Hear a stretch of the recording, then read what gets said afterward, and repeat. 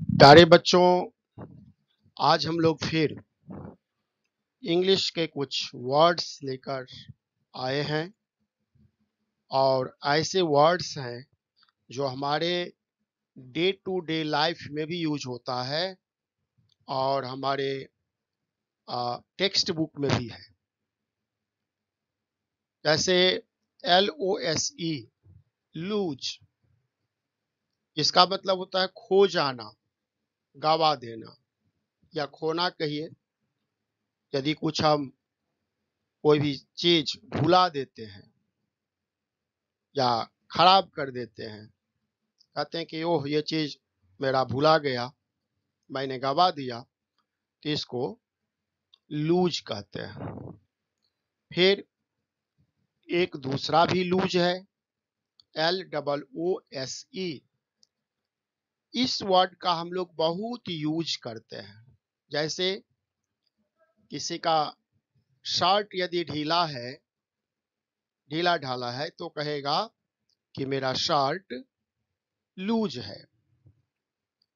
या आप कोई रेडीमेड कपड़ा लेके आते हैं, पैंट या शर्ट लेते हैं और आप कहते हैं कि यह बहुत लूज है, इसको बदलने की जरूरत है। लूज का मतलब ढीला ढाला, ढीला। तो लूज यही है, लेकिन इसका सही प्रोनाउंसिएशन लूस, लूस होता है। लेकिन बोलचाल के भाषा में हम लोग लूस यूज नहीं करते हैं, क्योंकि हमारी जो इंग्लिश है, इंडिया की जो इंग्लिश है या इंग्लैंड की इंग्लिश है, इंग्लैंड की इंग्लिश को हम लोग फॉलो करते हैं, अमेरिकन इंग्लिश को नहीं। तो यदि सही प्रोनाउंसिएशन की बात करें तो इसे लूस, लूस पढ़ेंगे, ढीला। लेकिन लूस नहीं पढ़ करके प्रचलन में लूज ही है, इसीलिए इसे भी हम लूज पढ़ेंगे, जिसका मतलब होता है ढीला, और इसे भी लूज पढ़ेंगे, जिसका मतलब है खो जाना, गवा देना। अगला वर्ड है मरमर, बड़बड़ाना। यदि कोई बच्चा कुछ या कोई भी व्यक्ति कुछ बड़बड़ाता है, बड़बड़ाने का मतलब धीरे से कुछ, जैसे बिना मतलब का उसने मुझे मार दिया, इस तरह से कुछ जो बोलते हैं, बड़बड़ाते हैं, जो दूसरा सुन भी नहीं पाता, इसे कहते हैं मरमर। मरमरिंग एक बहुत अच्छा शब्द है जिसको लोग यूज करते हैं। मरमरिंग का मतलब बड़बड़ाना। प्लीड, प्लीड विनती करना, प्लीड मतलब माफ करना, आग्रह करना, इसी सेंस में प्लीड का यूज होता है, विनती करना। पूल, तालाब, डबरा भी जिसको हम लोग कहते हैं, pool. Swimming pool, swimming, swimming मतलब तैरना, स्विम मतलब तैरना, और पूल का मतलब वही तालाब के जैसा जो बना हुआ है। तो पूल का मतलब होता है तालाब।